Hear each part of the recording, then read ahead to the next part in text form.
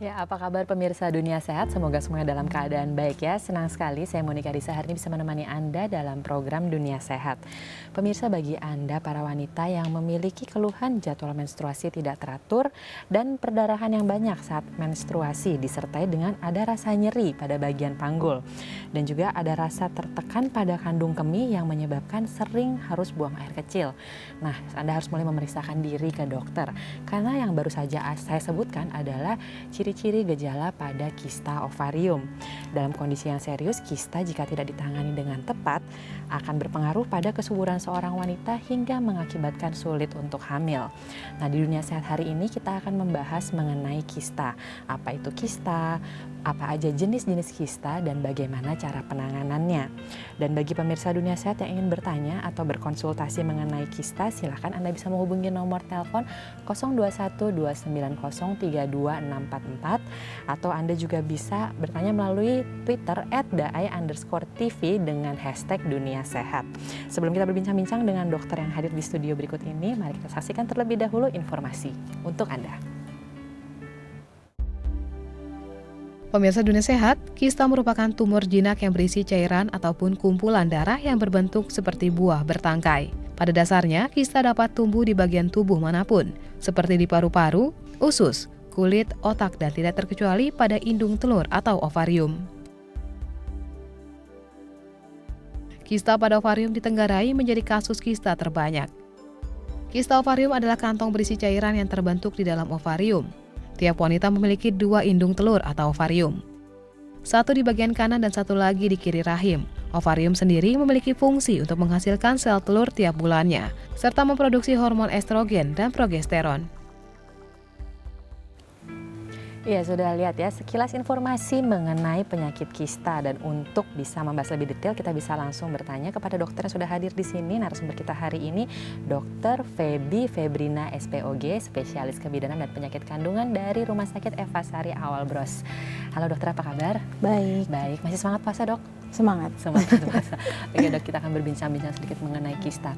Mungkin kalau untuk orang yang lebih awal dulu kita tanya, kista itu apa sih dok sebenarnya? Kista itu suatu massa yang seperti kantong massa yang berisi cairan. Dan biasanya kantong massa itu semacam selaput. Dan itu bisa di mana saja letaknya, bisa di ginjal, di hati, di otak, atau yang mungkin kita sekarang lebih ini adalah di indung telur. Di indung telur ya, berarti kalau kita ngomong indung telur berarti di ovarium ya, di sel telur Ovarium, wanita gitu betul. ya, kan ada kiri ada kanan begitu kan ya dok ya. Nah kalau misalnya kita bilang muncul, bagaimana bisa itu ada muncul di ovarium gitu, ada pengaruh dari makanan kah atau dari gaya hidup begitu dok? Jadi memang sampai saat ini memang kista itu munculnya, penyebabnya sampai sekarang tidak bisa, masih menduga-duga, tapi kebanyakan kista itu munculnya karena satu, ada peradangan atau infeksi, yang kedua karena ketidakseimbangan hormon. Jadi dugaan awal yang kita tahu dari penyebab kista itu adalah 2 hal itu. Oh ya, berarti kan kalau misalnya kita bicara wanita itu hormonnya banyak, jadi dengan selama dia masih mengalami haid gitu, ketidakimbangan hormon itu yang bisa mempengaruhi, yang akhirnya bisa menyebabkan kista. Betul, itu ya dok ya. Iya. Oke, kalau tadi dokter bilang kista adalah kantung yang berisi cairan. Betul. Orang kadang-kadang masih suka ragu tuh dok, rancu. Kalau gitu ada yang bilang, oh ini saya miom nih. Nah sebenarnya bedanya sendiri itu apa ya dok, kista dan miom tuh dok? Ya, kalau kista dan miom itu, kalau tadi kita bicarakan kista adalah selaput yang seperti kantong yang berisi cairan. Tapi kalau yang miom adalah massa yang berisi jaringan ikat yang terletak di otot dari rahim. Jadi letaknya beda dan konsistensinya solid, dia lebih padat. Oke, jadi mungkin lebih gampangnya kalau miom itu letaknya di rahim. Betul. Kalau kista itu letaknya di indung telurnya gitu. Betul. Kalau miom itu adalah massa padat, jadi mungkin kalau orang ngebayanginnya, oh mungkin ini kayak bakso gitu. Betul. Ya, semua isinya daging, jaringan-jaringan gitu. Sementara kalau kista itu adalah cairan begitu ya dok ya? Betul. Oke, penyebabnya juga sama dok kalau misalnya miom itu? Kalau miom itu dia lebih karena satu, mungkin pemaparan hormon estrogen yang terlalu berlebihan. Kemudian yang kedua ada hubungannya sama growth hormone. Ketiga ada hubungannya sama mutasi dari kromosom. Mutasi dari kromosom. Ya. Oke, berarti ada pengaruh dari umur nggak dok kalau kayak begitu? Memang kalau miom dan kista memang pada orang yang lebih usia reproduksi ya, sudah di atas 16 tahun sampai 45 tahun sekitar segitu. Berarti memang harus kita harus mewaspadai di usia-usia reproduksi yang masih aktif gitu lah ya, ibaratnya masih haidnya masih teratur. Betul. Di umur 16 sampai di 45 ya dok ya. Cukup tinggi nggak dok angka kejadiannya untuk kista sendiri di ovarium itu? Kalau kista ovarium memang pada perempuan dia mungkin kejadiannya mungkin lebih sering pada usia reproduksi dan tinggi sekali kejadiannya. Jadi kalau artinya bukan tidak bisa mengenai pada usia pubertas atau usia menopause, bisa saja, tapi usia pubertas mungkin hanya 5% kecil dan menopause juga kecil. Tetapi yang paling banyak itu mengenai pada usia yang reproduksi, usia reproduksi. Usia reproduksi ya. Begitu ya dok ya. Tadi meskipun tadi dokter katakan kista itu bisa terjadi di mana aja, itu berarti selain di ovarium, dokter bisa jelasin dok, bisa terdapat di mana aja itu kista dok? Kista itu bisa selain di ovarium, mungkin di lapisan di bawah ovarium, namanya mesovarium. Jadi bisa di indung telurnya atau lapisan antara indung telur dengan dinding rahim. Tetapi kista itu tidak bisa mengenai otot. Otot itu lebih ke mioma tadi yang kita jadi ceritakan. Memang nggak akan, kalau namanya kista itu nggak akan bisa mengenai lapisan ototnya gitu ya? Betul. Oke, ya deh. Nanti kita masih akan membahas mengenai kista ini ya dok ya. Oke pemirsa Dunia Sehat, saya masih akan berbincang-bincang mengenai kista. Untuk Anda yang memiliki pertanyaan seputar kista, Anda bisa menghubungi nomor telepon 021 290 32644 atau Anda bisa bertanya melalui Twitter @dai_tv. Jangan lupa untuk hashtagnya Dunia Sehat. Nah berikutnya kita ada informasi untuk Anda.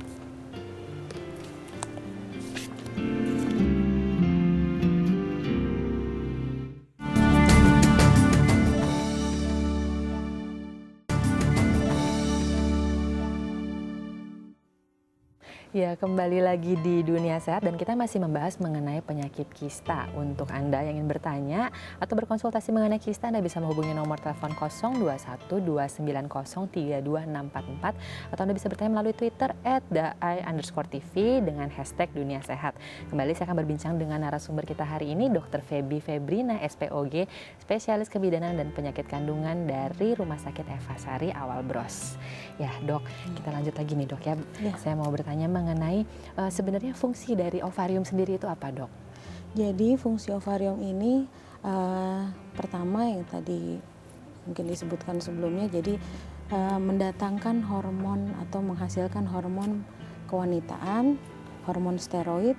Kewanitaan itu seperti progesteron, estrogen, dan secara periodik dia menghantarkan atau menghasilkan oocyte. Oocyte itu seperti calon sel telur yang dihasilkan tiap bulannya secara periodik dan siklus haid bulanan. Oke, nah kalau misalnya dari ovarium sendiri yang nantinya bisa menyebabkan akhirnya terjadi kista di ovarium itu sendiri ya, sebenarnya tipe kistanya itu sendiri tuh ada berapa macam dok? Tipe kista ada yang non-neoplastik dan satu lagi yang neoplastik jinak. Yang non-neoplastik yang mungkin yang radang seperti ovarium abses, kemudian kista endometrioma atau kita bilang endometriosis, kista coklat. Kista itu non-neoplastik. Kalau yang neoplastik jinak itu seperti kista adenoma serosum, kista adenoma mucinosum, kista dermoid, dan dan beberapa kista yang cenderung jinak gitu. Cenderung jinak sebenarnya itu ya dok ya. Nah sebenarnya kalau misalnya yang mengganggu kesuburan gitu, yang akhirnya bikin sampai sulit hamil, itu sebenarnya kista yang mana tuh dok? Kalau yang mengganggu kesuburan biasanya yang non-neoplastik. Non-neoplastik itu yang tadi saya sebutkan radang, ovarium abses atau peradangan dari ovarium atau indung telur, kemudian kista yang tadi saya sebutkan kista endometrioma atau endometriosis. Oke, begitu. Nah kalau misalnya ada yang dibilang, kalau yang dibilang kista fungsional itu sendiri tuh?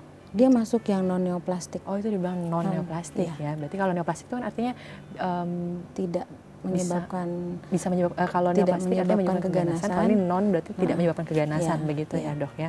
Sebenarnya ada faktor resikonya nggak yang lain yang bisa menyebabkan dia tuh bisa terjadi kista? Kalau yang kista endometrioma yang tadi saya sebutkan, itu penyebab lainnya karena dugaannya karena regurgitasi atau darah balik dari haid. Oke, Jadi darah balik dari haid haid bisa menyebabkan suatu kista yang salah satunya dapat menyebabkan gangguan kesuburan. Oke. Nah, kalau misalnya ada orang terkena kista gitu ya, itu gejalanya seperti apa dok? Gejalanya kalau yang ini cenderung awalnya tidak bergejala, tidak ada simptomatik sampai suatu saat mungkin ukuran tertentu, ukuran besar, dia akan menyebabkan nyeri perut bawah, akan menyebabkan gangguan saat berhubungan, akan menyebabkan gangguan berkemih karena ada penekanan di daerah kandung kemihnya.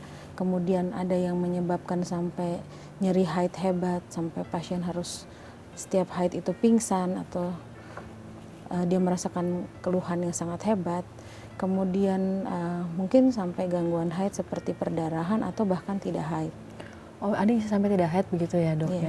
Ya, soalnya biasanya mungkin kalau para wanita biasanya haid bulanan selalu merasa nyeri perut, jadi mungkin mereka nggak terlalu peduli gitu ya dok ya, sampai akhirnya udah mungkin merasa terganggu sampai akhirnya tidak bisa kerja, baru pada akhirnya datang, baru tahu ternyata tuh ada kistanya gitu. Biasanya sih dok, kalau misalnya di Indonesia sendiri dokter pernah melihat kasus kista yang paling sering itu kista yang jenis apa dok? Memang yang kista yang paling sering itu adalah kista endometriosis, kista coklat. Jadi orang datang dengan diameter kista yang tidak terlalu besar, tapi datang dengan keluhan yang nyeri haid hebat. Jadi kalau kista endometrioma ini atau endometriosis ini sangat berbeda dengan sifat kista yang lain. Jadi selain dia datang dengan keluhan nyeri haid hebat, dia datang dengan keluhan juga kurang subur atau tidak subur gitu. Oke, kalau misalnya dia masih dia ngerasa nyeri gitu untuk orang awam sendiri ya, apakah bisa diraba dari luar dok? Maksudnya kita sendiri gitu yang meraba, apakah ada benjolan dari luar begitu dok? Kalau ukuran kista di atas 4 cm, saat kita berbaring mungkin kita akan bisa meraba kistanya atau meraba masanya agak besar di bawah perut bawah. Biasanya bisa satu bagian kiri saja atau kanan saja atau bisa yang dua-duanya.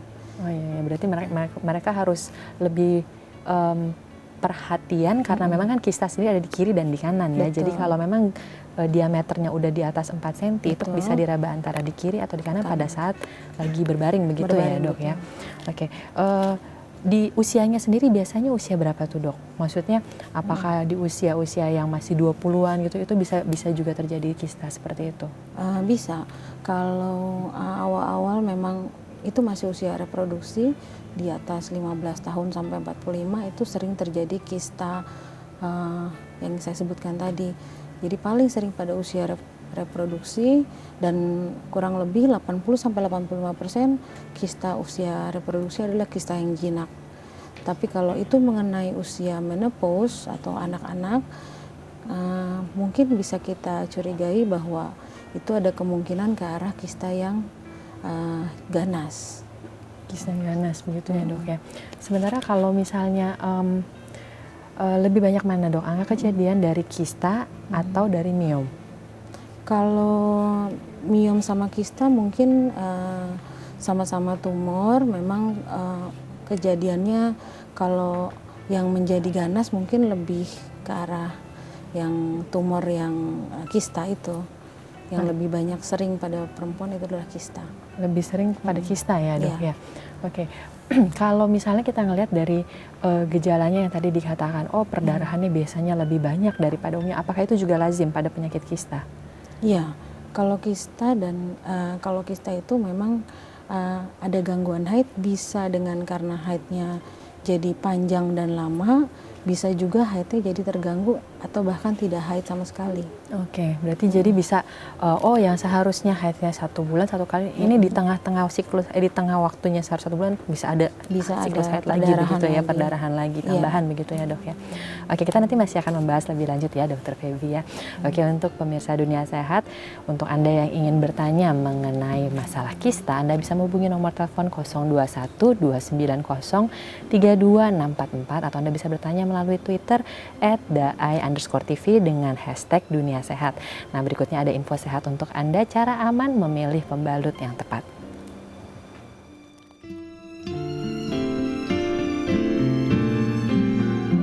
Pemirsa Dunia Sehat, hal yang tidak dapat terhindarkan bagi wanita adalah saat menstruasi. Dan pada kondisi ini, biasanya para wanita menggunakan pembalut atau tampon. Berikut beberapa cara aman memilih pembalut yang tepat.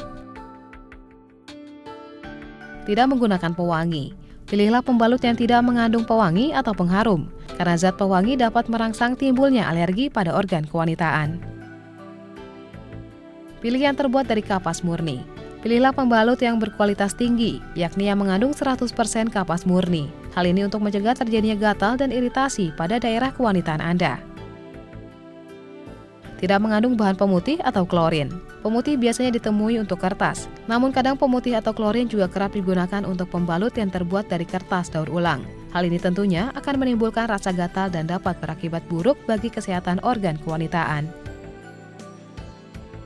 Daya serap tinggi. Gunakan pembalut yang memiliki daya serap tinggi, karena jika Anda menggunakan pembalut yang tidak memiliki daya serap tinggi, tentunya akan mengganggu kelembapan pada misfi. Dan bila dibiarkan terus-menerus akan beresiko timbulnya banyak bakteri di organ intim Anda.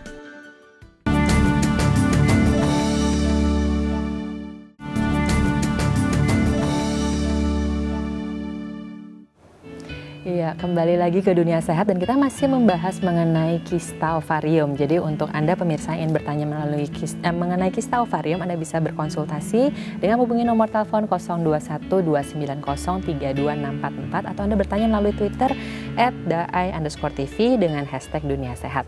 Kembali saya akan berbincang dengan narasumber kita di sini, Dr. Feby Febrina, SPOG, spesialis kebidanan dan penyakit kandungan dari Rumah Sakit Eva Saria Awal Bros.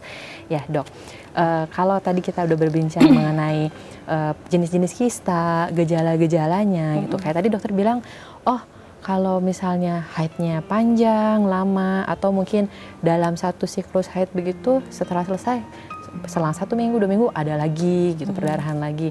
Nah kita bisa periksa screening awalnya itu apa dok yang harus kita lakukan gitu?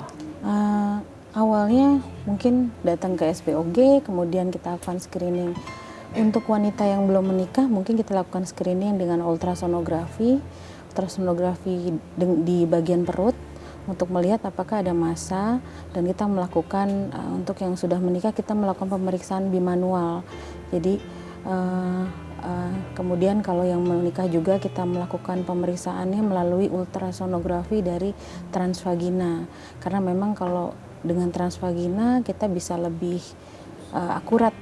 Golden standardnya memang transvagina. Kalau yang belum menikah mungkin kalau kita curiga dari ultrasonografi abdomen perut kita lihat ada massa, mungkin kita bisa tanyakan untuk pemeriksaan dari transrektal ya dok, betul. Jadi untuk pertama mungkin kalau ada gejala-gejala seperti itu yang tadi kita sebutkan, berarti harus langsung ke dokter kandungan dan melakukan pemeriksaan ultrasonografi dan pemeriksaan bimanual. Kemudian kalau kita temukan awal memang ada kista, kemudian kita lakukan pemeriksaan laboratorium screening marker tumor namanya CA125 yang mungkin bisa memisahkan apakah ini adalah tumor yang cenderung ke arah ganas atau tidak. Biasanya CA125 itu normalnya itu harus di bawah yang 35. Tapi kalau di atas 35 ada kemungkinan ke arah keganasan.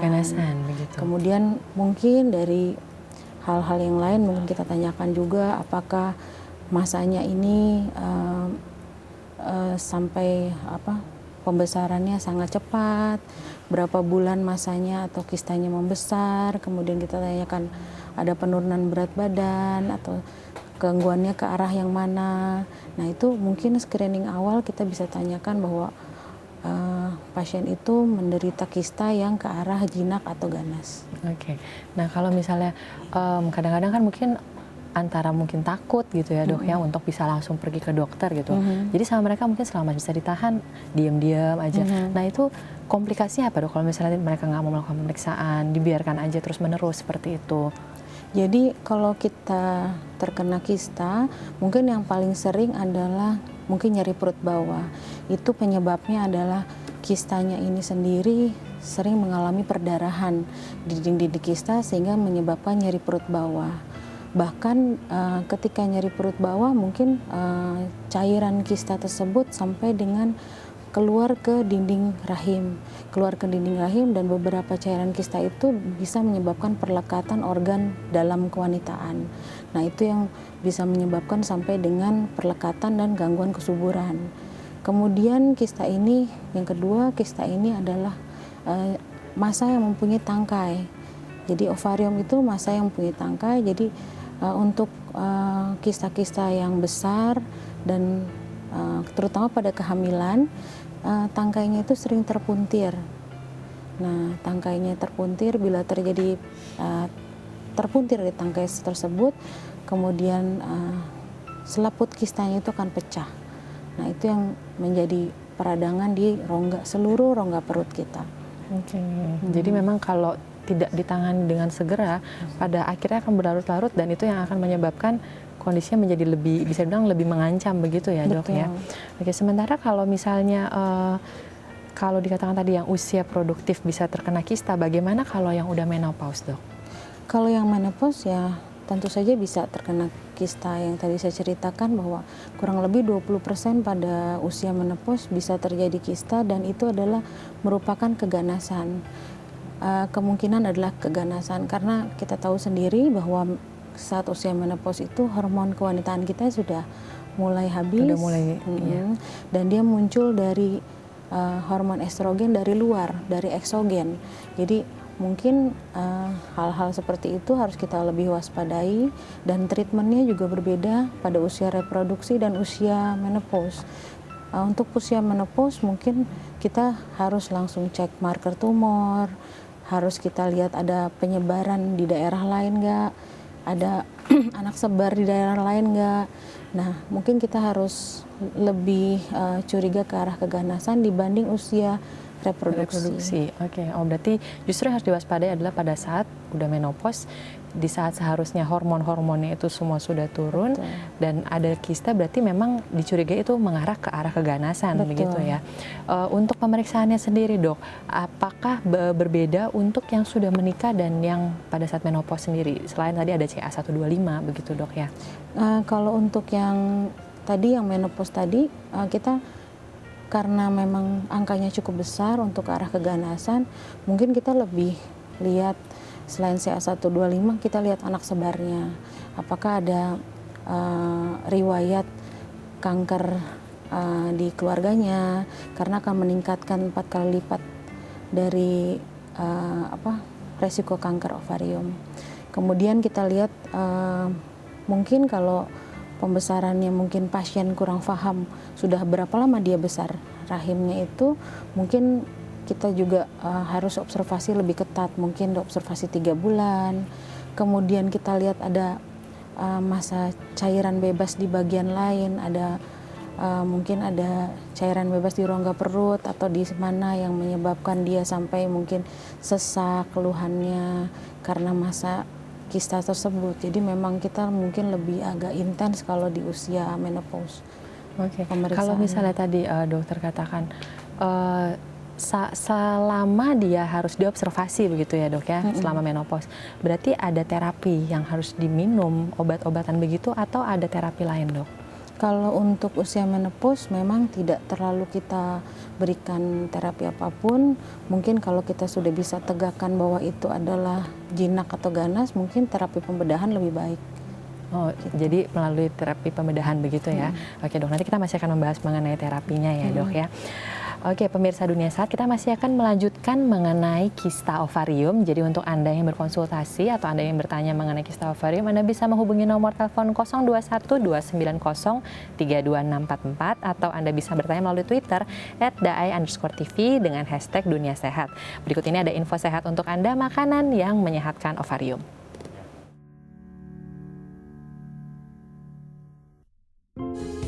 Pemirsa Dunia Sehat, ovarium merupakan organ reproduksi yang penting bagi seorang wanita. Oleh karena itu, harus diperhatikan kesehatannya. Dan berikut ini beberapa makanan yang dapat menyehatkan ovarium. Lemak sehat. Seseorang yang mengalami gangguan ovarium sangat dianjurkan untuk memenuhi kebutuhan lemak tubuh. Hal ini dibutuhkan untuk menjaga kesuburan dan menghasilkan hormon yang seimbang pada ovarium. Asupan lemak sehat dapat diperoleh dari kacang-kacangan, minyak zaitun, dan avokado. Biji-bijian. Secara umum biji-bijian sangat bermanfaat untuk kesehatan, termasuk bagi kesehatan ovarium. Biji-bijian berfungsi mengendalikan kadar insulin agar tidak berlebihan dan dapat berfungsi dengan normal. Hal ini tentunya untuk mematangkan sel telur secara sempurna. Anda dapat mengkonsumsi biji-bijian dari roti gandum, oatmeal, pasta, dan nasi merah. Makanan yang kaya akan vitamin B6. Jika seseorang kekurangan vitamin B6, maka tubuh akan memproduksi lebih banyak estrogen dari yang dibutuhkan. Kondisi ini akan mengganggu sirkulasi menstruasi dan mencegah ovarium melepaskan sel telur matang sesuai siklus. Makanan yang kaya akan vitamin B6 dapat diperoleh dengan mengkonsumsi alpukat, bayam, brokoli, kacang polong, dan kentang. Teh. Teh merupakan salah satu minuman paling populer di seluruh dunia. Minum teh secara rutin ternyata mampu mengurangi resiko penyakit kanker ovarium sebesar 50%. Umbi-umbian. Kandungan karotenoid pada umbi-umbian, terutama ubi jalar, sangat diperlukan sebagai zat antioksidan yang kuat. Hal ini tentunya dapat bermanfaat untuk mencegah penyakit kanker. Selain tingkat karotenoid yang tinggi, umbi-umbian juga tinggi akan kandungan kalium dan magnesium yang baik untuk kesehatan tubuh.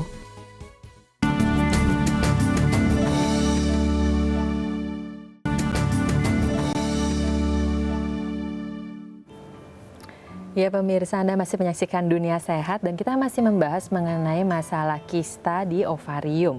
Untuk Anda yang bertanya atau berkonsultasi, Anda bisa menghubungi nomor telepon 021 290 32644 atau Anda bisa bertanya melalui Twitter @daai_tv dengan hashtag Dunia Sehat.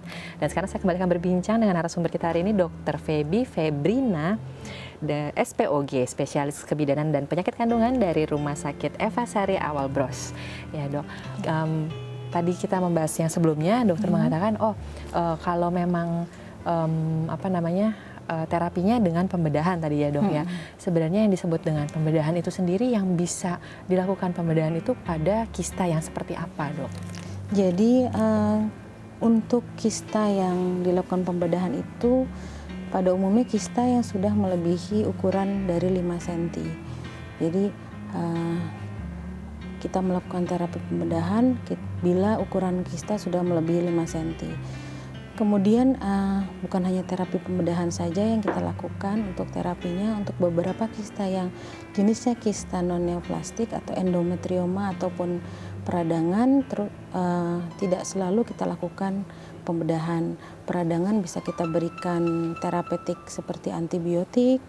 Kemudian kalau kista endometrioma untuk keluhannya yang seperti nyeri haid, kita bisa berikan obat penekan hormon, mungkin dari mulai 6 bulan kita berikan, kemudian sampai dengan 1 tahun, tergantung dari tujuan dari pengobatan tersebut.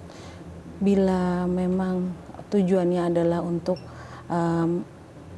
ingin punya anak atau tentu saja pembedahan menjadi pilihan yang kedua gitu ya, pilihan yang pertama, justru pembedahan. Iya.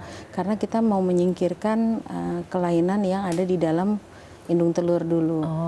Kemudian kalau misalnya memang tujuannya tidak ingin punya anak, hanya ingin mengurangi nyerinya saja untuk kista jenis endometrioma atau endometriosis, kita bisa memberikan terapi hormonal seperti itu. Iya, tapi pada dasarnya pembedahan itu hanya dilakukan pada yang kistanya ukurannya besar. Iya. Oke dok, ini kita ada penelpon, kita jawab dulu penelponnya ya. Iya. Halo. Halo. Halo, ya Dunia Sehat, dengan siapa ini? Dengan Ibu Mei Siska dari Pekanbaru. Dari Pekanbaru, Ibu Mei. Iya. Oke, iya. Apa yang mau ditanya Ibu Mei? Silakan. Semalam saya operasi kista ovarium di Rumah Sakit Awal Beras Pekanbaru. Iya. Itu baru tanggal 31, tapi sekarang saya lagi pasca pemulihan dengan laparoskopi. Jadi yang ingin saya tanyakan itu, setelah saya operasi, saya dianjurkan untuk suntik tapros selama 3 bulan gitu. Saya kista endometriosis ovarium kanan. Oke. Apakah guna dari suntik tapros itu? Kebetulan saya belum punya bayi. Kalau seandainya oke. saya tidak suntik tapros, apakah itu tidak masalah gitu? Oke. Kemudian selanjutnya, apa ada makanan yang tidak boleh saya konsumsi setelah saya melakukan operasi laparoskopi tersebut gitu, agar kista saya itu tidak tumbuh kembali atau tidak berkembang kembali gitu. Oke, ya. Tunggu. Sekarang saya belum memiliki anak. Belum memiliki anak, ya. Iya. Usianya Pernikahan berapa? Saya 1 tahun. Usia saya 29 tahun. 29 tahun. Iya. Oke, ada yang mau ditanya mungkin, Dok? Udah itu aja. Itu aja. Oke, Itu oke. aja. Kita langsung jawab dulu ya, Bu Mei. Iya. Ya. Ya, untuk kasus seperti Bu Mei tadi, ya memang karena Bu Mei itu ingin punya anak, maka kelainan yang berada di indung telur atau ovarium kemudian dilakukan laparoskopi atau pembedahan dengan teropong yang memang sangat non-invasif dan bisa tepat saat dilakukan pada pasien-pasien dengan ketidaksuburan. Iya. Kemudian untuk pemberian tapros atau penekan hormon yang setelahnya itu diberikan guna untuk menekan jaringan endometrioma yang tidak normal tersebut. Jadi jaringan endometrioma itu mungkin saat dilakukan laparoskopi kita lihat mungkin ada di dinding rahim, ada di indung telur yang lain. Jadi penekan hormon itu untuk menekan jaringan endometrioma yang ada di bagian lain, sehingga akan mungkin diharapkan oleh dokter kandungannya akan efektif untuk dilakukan program hamil Untuk berikutnya. bisa memiliki Betul. ini ya. Berarti memang kalau misalnya tadi dokter, kalau si ibunya ini tanya, kalau saya tidak mengkonsumsi, apakah bisa atau tidak? Berarti lebih baik harus tetap disuntikan ya dilakukan untuk penyuntikan. mencegah supaya tidak berkembang jaringan yang tidak diinginkan seperti itu ya, Dok ya. Karena kista endometrioma ini atau endometriosis ini memang paling sering recurrent atau paling sering berulang. Iya. Jadi kalau kita tidak lakukan penekanan di jaringan ovarium atau indung telur yang lainnya, mungkin dia akan tumbuh di bagian yang lain. Kalau tadi dikatakan yang di sebelah, yang dilakukan di sebelah kanan, berarti kemungkinan bisa yang kena sebelah kiri gitu ya. Atau recurrent di kanan lagi, di kanan karena lagi. kan karena kista saja yang diangkatnya kan, Iya. berarti indung telur yang lain yang sehat masih ada. Masih ada ya, betul. Jadi, nah mungkin tujuan penyuntikan itu adalah untuk menekan jaringan endometrioma yang tumbuh di daerah tersebut. Oke. Gitu. Nah, kalau makanannya yang tadi ditanyakan apakah yang boleh dikonsumsi, yang tidak boleh dikonsumsi setelah pasca laparoskopi ini apa nih, Dok? Pasca laparoskopi mungkin yang mungkin harus kita hindari makanan-makanan yang mengandung suntikan hormon, karena kita tahu sendiri kan kalau dugaan dari kista ini adalah ketidakseimbangan hormonal. Jadi terpapar hormon yang satu terlalu banyak. Mungkin makanan-makanan berlemak yang bisa meningkatkan hormon estrogen di daerah subkutis atau lemak di bawah perut. Kemudian kenaikan berat badan kita hindari. Kemudian makanan-makanan seperti ayam broiler yang kita duga ada suntikan hormonnya, itu juga kita harus hindari. Oke, jadi kalau bisa jauhi makanan yang berlemak, jauhi makanan-makanan yang bisa mungkin meningkatkan berat badan seperti itu juga ya, Dok ya, untuk mencegahnya. Oke ya, ini mudah-mudahan jawabannya ini bisa membantu Ibu Mei ya. Oke, nah ini kita masih ada satu penelpon lagi, nih Dok, kita jawab dulu ya. Halo. Ya, halo. Halo, iya, dengan Ibu siapa? Dengan Ibu Siti. Ibu Siti di mana Ibu? Ya, Ibu Kerwati di Halim. Di Halim. Iya, silakan Iya. Ibu yang mau ditanya apa? Ini kan bukan saya, ini anak saya yang udah umur 26 tahun. Ya. Tapi kalau setiap mau head itu Bu, pokoknya 3 hari dia nggak bisa bangun gitu. Oke, setiap mau haid 3 hari itu biasanya nggak bisa bangun ya? Iya. Oke. Jadi padahal saya udah dibawa ke dokter itu juga sih, ke dokter ahli kandungan, Iya. ke dokter umum sekali. Tapi bilangnya begini, oh ini Bu katanya bawaan. Jadi kalau misalkan belum punya suami atau belum punya anak, belum bisa sembuh katanya begitu. Oke. Yang mau ditanya apakah benar seperti itu atau? Saya emang mau tanyanya ini takutnya ada kistanya apa-apa gitu. Soalnya itunya apa? Sakitnya permanen gitu Bu. Oke, sakitnya selalu seperti itu ya, setiap mau Iya. haid 3 hari sebelumnya itu pasti nggak bisa Iya. bangun seperti itu ya? Iya. Oke, dokter mungkin ada yang mau ditanyain dok? Iya. Anak ibu sudah melakukan ultrasonografi perut ibu? Udah pernah di USG belum Bu? Halo? Belum, Oh, orang belum dokternya nggak nyuruh soalnya. Oh ya, belum pernah. Dok. Iya. Iya. Oke, atau lagi ada Jadi lagi? mau saya gitu dokternya itu nyuruh gitu Bu, gitu. Oke, itu aja. Iya, dokter. itu aja. Oke, iya, ntar dijawab ya Ibu Siti. Iya. Oke. Iya. Jadi kalau yang dari yang saya tangkap belum menikah, Iya. belum punya anak, Nyeri haid nyeri hebat. haid hebat setiap dia mau haid dan itu terus berulang ya. Kalau usia tadi dia bilang 26 ya. Betul. Berarti mungkin kurang lebih sekitar kalau misalnya haid 12 tahun berarti 14 tahun seperti itu ya, Dok. Ya biasanya memang nyeri haid itu mungkin identik sekali yang dengan kista tadi, kista coklat atau Iya. kista endometrioma Endometrioma. tadi. Kemudian kalau memang screening memang lebih baik dilakukan USG, ultrasonografi dari abdomen bisa, atau lebih akurat lagi ultrasonografi dari transrektal untuk mengetahui kista yang mungkin ukurannya kecil.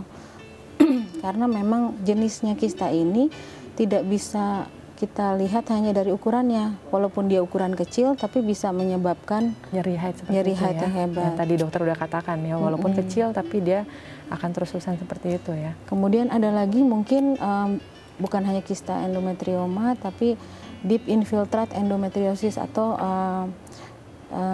endometrioma yang menyebar di dinding rahim, itu juga bisa. Makanya dilakukan salah satunya ultrasonografi. Mungkin tidak ada kistanya, tetapi mungkin di dinding rahimnya ada jenis endometriosis yang melekat di ototnya. Jadi memang screening awal untuk orang yang masih belum menikah adalah ultrasonografi. Oke, jadi tetap aja kalau memang seperti itu lebih baik ke dokter kandungan dan Betul. minta dicek lewat USG. Betul.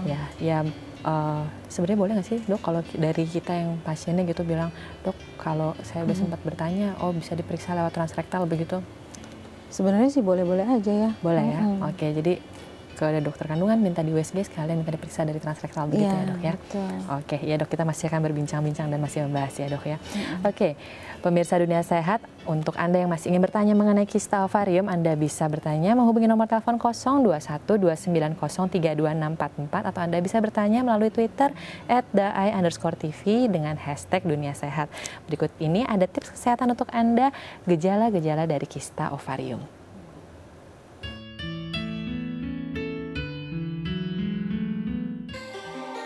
Tips kesehatan, kenali gejala kista ovarium.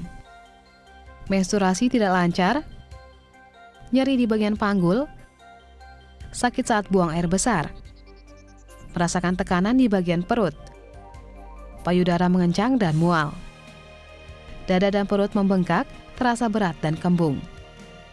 Sering ke kamar mandi untuk buang air besar dan kecil.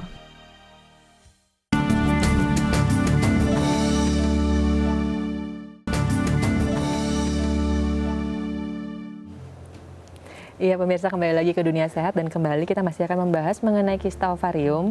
Untuk Anda yang ingin bertanya atau berkonsultasi dengan dokter di sini, Anda bisa menghubungi nomor telepon 0212903264 atau Anda bisa bertanya melalui Twitter @dai_tv dengan hashtag Dunia Sehat. Dan kembali saya akan berbincang dengan Dr. Feby Febrina, SPOG spesialis kebidanan dan penyakit kandungan dari Rumah Sakit Eva Sari Awal Bros. Ya dok, kalau mungkin tadi udah ngebahas masalah terapinya. Nah, pernah kan dok dapat pasien yang, dok ini saya lagi hamil, ternyata begitu periksa ada kistanya. Iya. Nah itu bagaimana dok? Ya, itu juga sering terjadi dan memang jadi kista itu kayaknya pasien kebingungan ketika dapat kista. Tapi kita harus pisahkan lagi bahwa ini adalah kista fungsional atau bukan.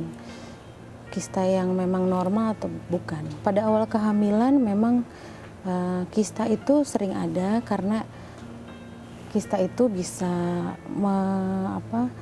indung telur itu mempertahankan hormon progesteronnya dengan memperbesar dari ovariumnya, atau kita bilangnya juga kista yang belum pecah, kista lutein atau kista yang belum pecah. Kemudian kalau menemukan pasien seperti itu, kita lakukan observasi. Kita lakukan observasi dari bulan ke bulan, apakah ada pembesaran dari indung telur tersebut atau kista tersebut. Bila memang terjadi pembesaran dari indung telur, akan memungkinkan pasien itu akan resiko kista terpuntir, memungkinkan atau beresiko dengan kista terpuntir, sehingga ketika dia usia 16 sampai 20 minggu, bila kistanya kita temukan makin lama makin besar, lebih dari 4 cm, mungkin kita akan lakukan pengangkatan kista. Jadi pengangkatan kista sedang hamil. Jadi tetap diangkat kistanya walaupun sedang hamil gitu. Oke. Nah, kalau selain secara umum gitu ya, sebenarnya pengobatan untuk kista itu sendiri apa dok? Kalau secara umum tentu saja kalau kistanya sudah besar kita lakukan pembedahan. Tetapi kalau tergantung kasusnya lagi, kembali ke tujuan dari pengobatan tersebut. Kalau tujuan pengobatannya hanya untuk tadi menghilangkan nyeri haid, itu kita bisa lakukan pengobatan konservatif atau yang kita sebutkan kita berikan suntikan penekan hormon. Oke, iya. Dok, ini ada penelpon, kita jawab dulu penelponnya ya. Halo. Halo, Dunia Sehat. Halo.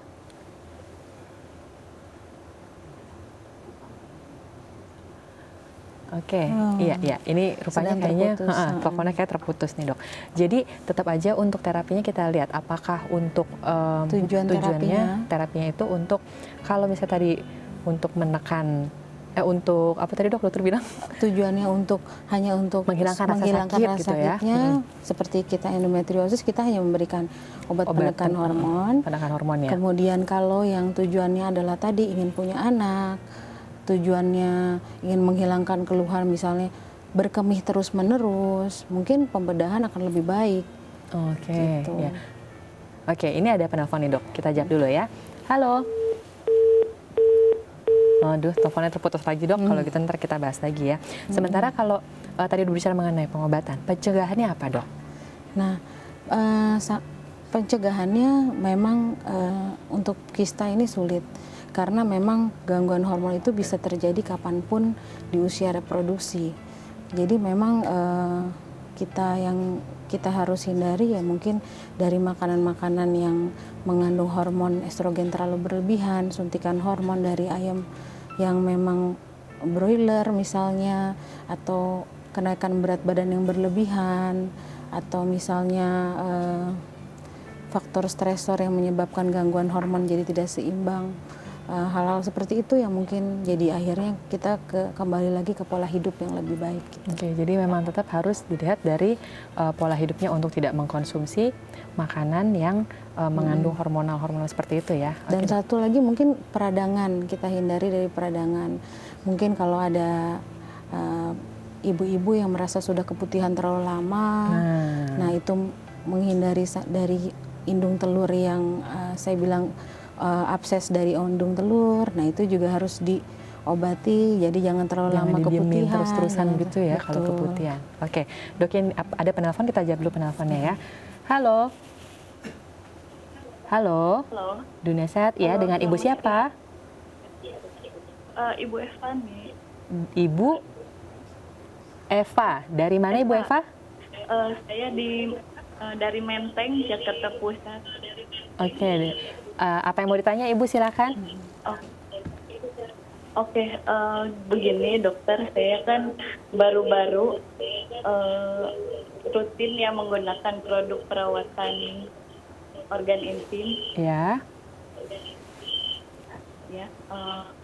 Nah, yang mau saya tanyakan, kalau saya sering pakai produk tersebut, apakah itu berpengaruh buat kesehatan organ intim saya? oke. Boleh tahu Ibu produknya dalam bentuk sabun atau mungkin bentuk pembalut seperti itu? Oke, produknya dalam bentuk sabun. Dalam bentuk sabun. Oke. Sabunnya dimasukkan ke dalam organ intim atau hanya di luarnya saja? Ya, sabunnya hanya untuk dibasuh begitu aja atau sampai dimasukkan ke dalam organ intim, Bu? Oh, hanya dibasuh. Hanya dibasuh. Oke, ada lagi yang mau ditanya? Ya, Mbak? betul. Udah itu aja. Oke, udah. Oh ya Ibu, maaf, umurnya berapa Bu? Saya 29 tahun. 29 tahun. Oke, ya itu aja yang mau ditanya Dok. Ya, oke Bu Eva akan langsung dijawab ya Ibu. Terima kasih. Ya, Bu Eva, mungkin untuk wanita yang lain juga pemberian atau pemakaian Pembersih sabun gitu ya. pembersih kewanitaan memang boleh-boleh saja, tetapi kembali lagi kita melihat bahwa organ intim kita itu bukan hanya terdiri dari bakteri normal dan bakteri yang nggak normal. Jadi dia ada bakteri normal juga yang harus kita pertahankan, yang mempertahankan keadaannya. Jadi selain dari hormon kewanitaan kita, estrogen yang bisa mempertahankan pH dari vagina, bakteri normal itu juga mempertahankan pH dari vagina. Ya.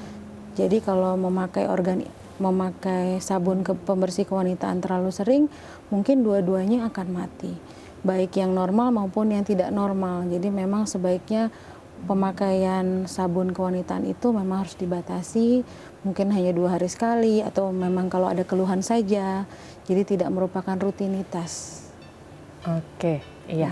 Berarti memang pemakaian sabun seperti itu kalau bisa dibatasi, karena tadi yang dokter katakan itu akan mengganggu dari bakteri-bakteri normal yang seharusnya menjaga dari kesehatannya organ intim itu tersendiri ya. Oke, ya. Terima kasih Dokter Febi untuk kehadirannya hari ini. Sama-sama, Sukses terus buat prakteknya ya.